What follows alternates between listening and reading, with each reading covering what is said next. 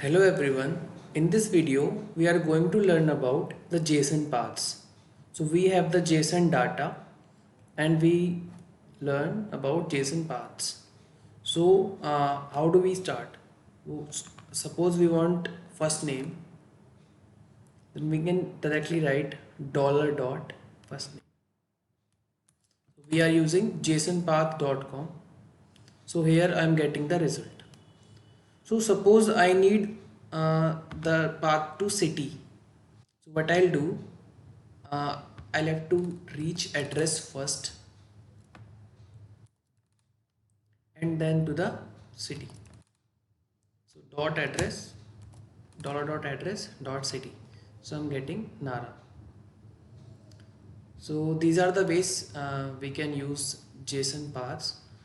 And one more thing, suppose we have a JSON array. Actually, the JSON objects start from curly braces and the JSON array start with square bracket. So what I'll do, if I'll need the type of the phone numbers, so I'll have to reach the phone numbers first. Dollar dot phone number dot we have more than one phone numbers. If we want to reach type, so I'll write here type. Suppose I have to reach till the first type of uh, mobile, so I'll write the index here.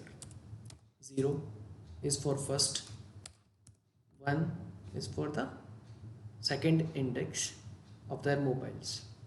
So in this way we can make the JSON paths. And I have few more some more data,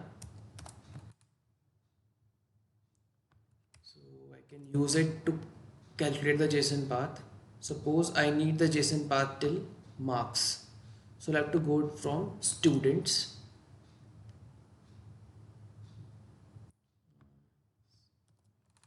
and then to the marks of whatever index I want.